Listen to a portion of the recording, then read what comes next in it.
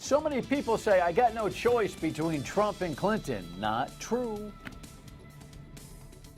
The Dan Yorke State of Mind program is brought to you in part by Lookout Rhode Island and Takeo Comfort Solutions. There's actually a Rhode Island Chairman for Gary Johnson for president, and he is here tonight. And if you are a listener to the Dan Yorke Show on radio or anything that happens on WPRO, you'll recognize Pat Ford by voice because he competes, I think, maybe not purposefully, but by result of phone traffic for maybe one of the most prominent folks to dial the shows on WPRO, so which in talk radio lore is kind of a big thing. But he's formally engaged in this effort to bring Gary Johnson to the fold. And I'll tell you, every time I tell somebody, well, there's this guy Gary Johnson along with Bill Weld, and they, oh, really? Yes. We'll get into that. Welcome aboard. Nice to have you in on this Monday. What a drop-dead gorgeous day it was, by the way. No formal notes on the CVS Charity Classic, but we were over there. And, of course, make sure you check in Eyewitness News all week long for the coverage of that event. Bigger crowds, too. It was nice. So I don't know what to make of this. Take a look at the headlines. So one media outlet's got this thing at about 12, 13 points, and another media outlet has this thing at like 5 points. That's the first one. And then the second one is a whole different story. So whether you're at ABC or NBC or the Wall Street Journal or the Washington Post, it just seems like it's a little bit of a difference there. And you know what? To me, the difference matters, and it should matter to you. Here's the latest on the campaign. Hillary Clinton campaigned in Ohio with Elizabeth Warren, who could be her potential running mate. I'm with her. Clinton called out Donald Trump for supporting the British vote to leave the European Union. She says it shows bad economic judgment, which will hurt the U.S. economy. Within 24 hours, Americans lost $100 billion from our 401ks. Trump praised the vote during a visit to his golf courses in Scotland this past weekend, saying the British took back their country. They wanted independence. They didn't want to go by decisions that were being made for them. They want to make their own decisions. I fully understand that. He plans to carry that theme home to America with a speech tomorrow focusing on trade that's titled Declaring American Economic Independence. The Clinton campaign believes the American public will side with her, even rolling out a new national TV ad to highlight the issue. Global markets are plummeting. The ad plays off the global economic concern about Brexit and says Trump views it as a way to make more money. When the pound goes down, more people are coming to Turnberry. Trump responded on Twitter saying Clinton is trying to wash away her bad judgment call on Brexit with big dollar ads. Disgraceful. I thought it was funny when he was in Scotland at Turnberry, which I have played, by the way, and it is phenomenal. So any add-ons that Donald Trump is doing for that course, can't wait to go back. But I will tell you that he really made a mistake. He's congratulating the people of Scotland. The people of Scotland voted to remain by overwhelming margins. They also voted to remain in the UK. Now they're thinking about getting out of the UK. It is a European mess over there, and Donald Trump just didn't seem to have a grip on exactly what he was saying or what he was doing. As far as the polls are concerned, when it's at 5 points, it's a statistical dead heat. When it's at 12 points, it's not. And so I guess the truth is somewhere between the 5 and the 12, which means that Donald's got some work to do. How the Libertarians sneak in there will be my guest's perspective coming up momentarily. Interesting piece in the Providence Journal today, literally encouraging people to run, seems to me. There's an editorial that accompanied this front page story, citing some of the corruption issues and the turmoil of the General Assembly, at least this cycle's brand of it, and citing the deadlines, which are at the end of this month, 27th, 28th, and 29th. It's the funniest thing I've ever seen. Usually a deadline is a date. But around here, a deadline is 3 days, 27th, 28th, 29th, to actually file your papers to run for any office here in Rhode Island. This guy, Stephen Frias, announced that he is running against this gentleman, the Speaker of the House. We'll have Stephen Frias in here momentarily, I hope, a longtime Republican, to give the Speaker of the House a run for his money in District 15 in Cranston. And you know what I learned today? The GOP can't get out of its own way to help itself. There's another seemingly viable citizen who's going to run as a Republican in that district as well. I will confirm that for you sooner or later, either here on the TV or on the radio. But can you imagine having a primary to beat each other up to face the Speaker? The Speaker's dream to remain the incumbent. In the meantime, non-political, the Pope jumping in one more time. A headline on this one, I think probably brings relief to a lot of people in the world. Here's the latest. Pope Francis made the apology on board his papal flight, saying the gay community should, quote, not be discriminated against and they should be respected and pastorally accompanied. I think this is significant. Reverend Robert Dodaro is an American theologist. This has been standard Catholic doctrine for a long time, to distinguish between persons and acts. But what the Pope is saying is, no, we have to do more than that. We have to actually apologize. As Catholic Christians, we have to apologize to groups of people, homosexuals being one of them, whom our language and behavior has hurt. Following the mass shooting at that gay nightclub in Orlando, the Vatican had released a written statement about the dreadfully high number of innocent victims, which has caused the deepest feelings of horror and condemnation. But the Holy See was criticized for not specifically noting that so many of the Orlando victims were gay. While the Pope's comments have set a different tone, the Church has not changed its official stance on gay issues, teaching homosexual acts are sinful. The Pope often gets credit for being a reformer, but Church doctrine doesn't change here. No, it doesn't change. But what changes is tone. And tone is very important. It may be as important as doctrine. So then is this all public relations? If it were only public relations, though, would that be such a bad place to start? No, it would not be a bad place to start. I think this brings welcome relief not only to gay people, but people who are not gay, who have just felt this, space when it comes to theological issues between themselves and the gay community. This Pope is, I think, performing, at least in the context of the Catholic Church, some miracles here. And speaking of, it almost feels that way. 3-time Olympian, headline here, phenomenal. She did it again, finishing second in the 400 IM, one of Rhode Island's favorite people, never mind athletes. Nothing special, it's just a lot harder your third time around. I don't know what my last 50 was there, but it's probably slower than my backstroke. But it's such an honor to make my third team, and we're going to do awesome in Rio. I can't wait. Yes, listen, she is awesome in so many ways. Elizabeth Beisel, so kind to the kids that she grew up with and whipped in the pool daily, my daughter being one of them. Nobody was ever treated any differently despite her elite athletic performance. She's maintained that kind of disposition all the way through her successful years at the University of Florida and now as a professional swimmer. She's a great kid from a great family, and I congratulate them for a third run at the Olympics. You never know. You never know what can happen in the pool. It's going to be fun to watch. Alrighty, so there is one. Yes, in fact, there are two. Gary Johnson running with Bill Weld, who I think brings a lot of class to the ticket. A couple of headlines here to warm us up and get this show on the road. Libertarians talk to the issues just like everybody else does. A lot of people say, what is a libertarian? So Pat is here to explain what a libertarian is. He is the chair of the Gary Johnson for President campaign. Welcome, my friend. Good to see you. Great to be here. The definition of libertarian is what?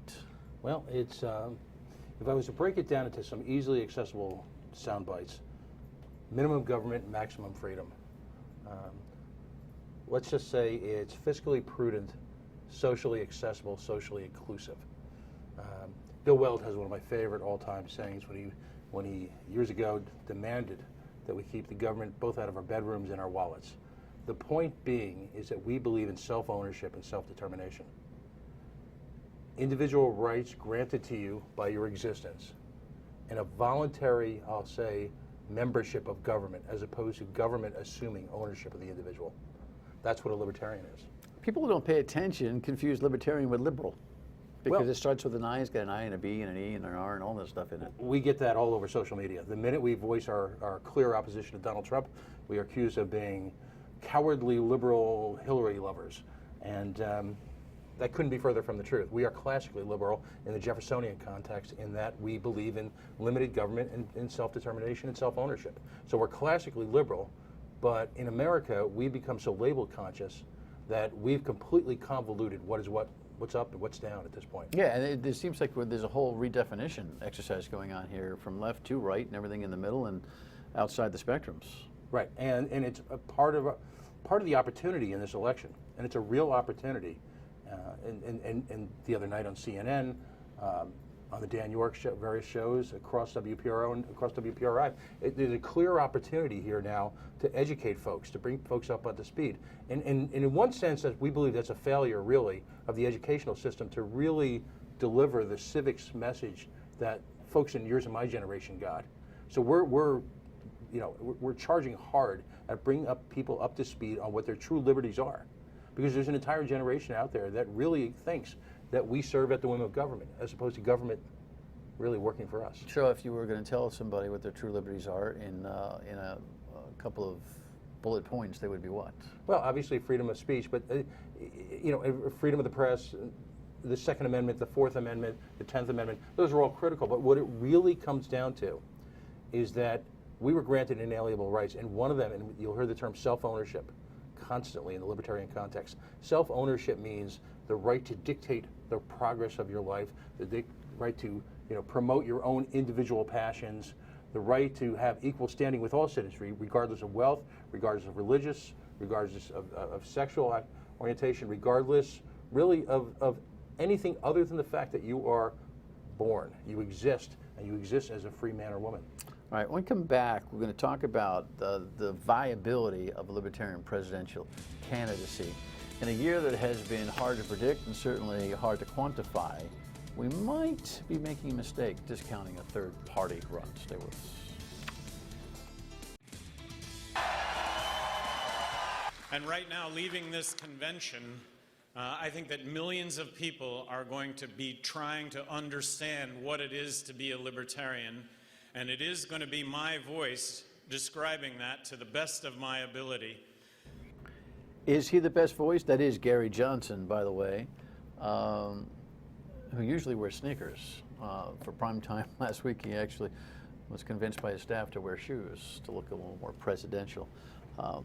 Former governor of New Mexico, running with the former governor of Massachusetts, Bill Weld.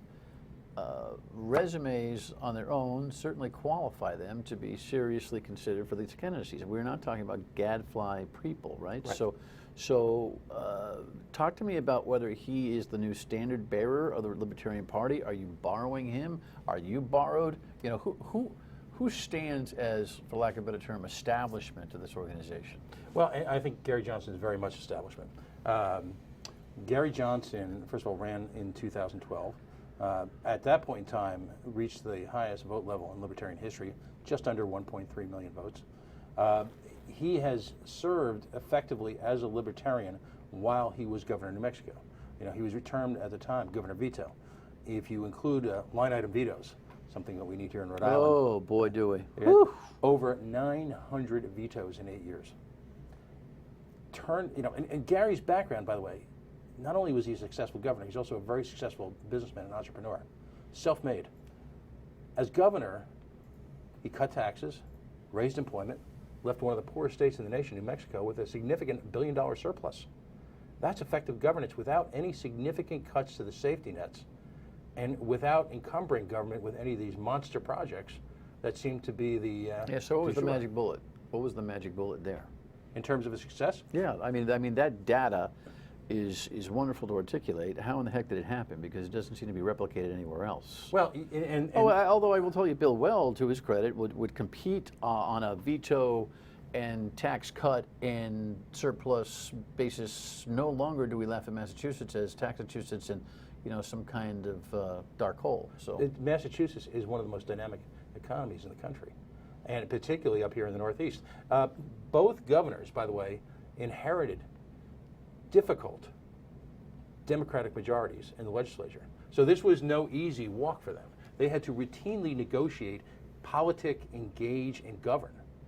And so for a number of, and I'll call them cafeteria conservatives out there of any political stripe, who sit back in judgment of politicians, you've got two individuals here who have a clear track record for success in very difficult, sophisticated environments. We talk about New Mexico, clearly economically challenged, a border state dealing with a lot of the immigration issues that still bedevil us today. Bill Weld inherited a state that you know intimately. You were there, governed in large part by unions and an entrenched hack bureaucracy at the State House. and managed to really lay the foundation for what became the real Massachusetts miracle that exists today, and did so in a way that was socially inclusive, laying the groundwork for the passage of marriage equality, setting up the groundwork, if you will, for what would become ultimately medical cannabis. I mean, it's astonishing to look at these two individuals, realize that they are quote-unquote third party, and understand that if we were to strip away the labels, a la Coke, Pepsi, and Royal Crown Cola, and just subject the voter to the blind taste test, these are the two adults in the room. They just happen to be libertarians. Well, I'm not so sure that I wouldn't include Hillary Clinton as an adult in the room. I mean, Donald Trump has become a caricature of himself, and maybe we're starting to see the residual of his run with these polls spreading out. I mean, Hillary is certainly on resume the most viable candidate for the presidency. Now, execution is a whole different matter. Philosophy, reputation, da-da-da. I mean, we know her so well. There's going to be a lot of people who feel so strongly about her not being the adult in the room. But in fact, Bill Weld has indicated that he thinks that she is presidential timber. He doesn't think Donald is. I mean, you feel the same way, right? I mean, absolutely. We're on the same page on Donald Trump. You and I have had a few conversations about this offline. But what's going to be interesting is how they play this. The magic number is 15. Tell everybody why. Well, 15% of, and folks have become intimate with the Real Clear Politics poll, but the National Debate Commission exists, and they, in a sense, are the poobahs, if you will, of the national debates, which our candidates describe as a Super Bowl of American politics. And clearly, statistics show that Americans, and we saw this even in the primaries, pay a great deal of attention to those debates, whether it be content, style issues, personal issues. This goes back to Nixon. He didn't shave. He didn't become president. So 15% is the benchmark that's been set. And this was clearly set during the last round of Mitt Romney versus Obama debates. And in fact, the Libertarian Party, in conjunction with the Green Party, is suing the National Debate Commission in federal court because of this arbitrary standard. It's a self-fulfilling prophecy, we argue. How is it possible for us to get our message out to the people if, in fact, we can't participate in the very forum that's been set up to do that? Yeah, I think the philosophy is about giving the people a chance to really hear intimately from the two major party candidates, and I think the whole philosophy of this thing runs from the other direction. The challenge is the establishment politicians, even those that you are suing right now, are just as freaked out over the idea that the only choices are Donald Trump and Hillary Clinton. So, right. So be careful of the rules that you write. Well, we're simultaneously trying to honor the rules in one sense to get to that 15%, and you got to sue and fight at the same time. Exactly. Fight for the market. We're not sitting back on our laurels. We're not sitting back on the mudslinging between the two candidates. We are, whether it be on a local basis or on a national basis, highly intent on delivering an issues-oriented campaign that's positive in nature and speaks to the very best of the American people. And that includes everything from social issues and a reaction, for example, in the events in Orlando, the narcissistic navel-gazing that Trump engaged in. It clearly shows a lack of any leadership style or even a fundamental knowledge of the American Constitution. Hillary seizing on it opportunistically, if you will, to advance her campaign against Trump, whereas our leaders are speaking to, again, inclusiveness in the sense that we are not going to draw some line to Americans or folks living in America who are Islamic and try and draw them as this generation's bogeymen. We are not going to do that. We are not going to say that government is a clear answer to all the problems that clearly were, that this event is symptomatic of. So we are going to be the adults in the room. We are going to, issue by issue, whether it be taxes, foreign policy, whether it be the incredible failure of the American Congress to be involved in our foreign policy, to abdicate, if you will, to the current president or the prior president, the direction of our foreign policy and not engage. All of that is fair game, and that's what we would rather focus on. All right, so we'll see. We'll talk about the local side of this. I mean, is there any tailwind at all in Rhode Island? Stay with us. We'll talk about it. Hang on. Some more of the excitement in Orlando at the Libertarian convention, if you will. It's a real convention. It's just not, in a big arena. Not yet, anyway.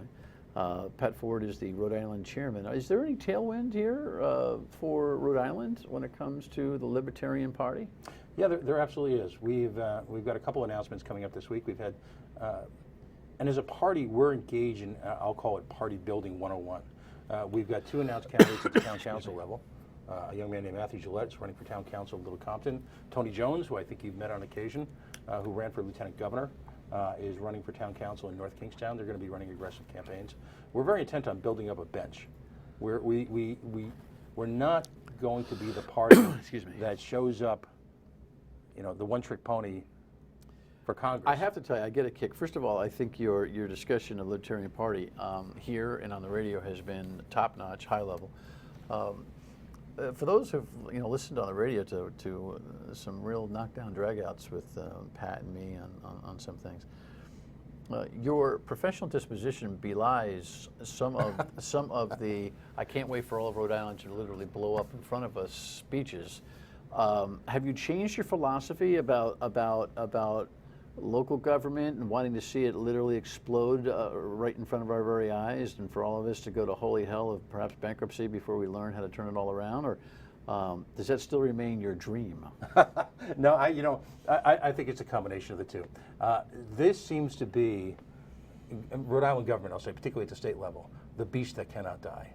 This seems to be what would be a biological equivalent? Sort of like the cockroach. It's impervious to radiation, nuclear attacks. It's in explosions, dynamite. It seems to find some sort of life force that continues despite really an astonishing degradation of itself. I mean, there was an old game show, Can You Top This? And we routinely play that here in Rhode Island, and yet every other day they seem to top it. And clearly Mr. Gallison's adventures or purported adventures, and they're on a level. I mean, 20 years ago we were talking about dumpster diving at Walt's roast beef, and we thought, what could ever happen that would be worse than this? Well, here we are, aren't we?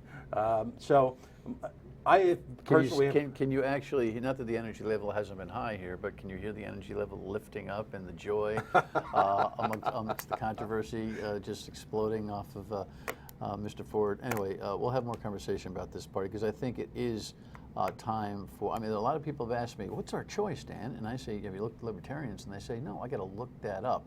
It's a fast, high curve that you guys have got to climb quickly, that America has to climb real quickly. Here's hoping that you get into the game. Because if you're in the game this year, who the heck knows what could happen, right? I don't think we know what's going to happen next week. And the game is 15%, so watch the polls that way. Appreciate it. Thanks. Thank you very much. All right, when we come back, final word. Stay with us. Listen, don't discount this Libertarian Party. I'm not discounting this Libertarian Party. In fact, right now, if I had a vote today, that's where my vote's going until they kick it away. So, if that means anything to you, I hope it does. This is the time of year when the basketball and the hockey championships are over, and you feel like it's just baseball, right? Well, guess what? Wimbledon has started. And I will tell you, there's nothing more fascinating than highly competitive tennis for the majors in that sport. So between that and the majors in golf, there's a lot going on.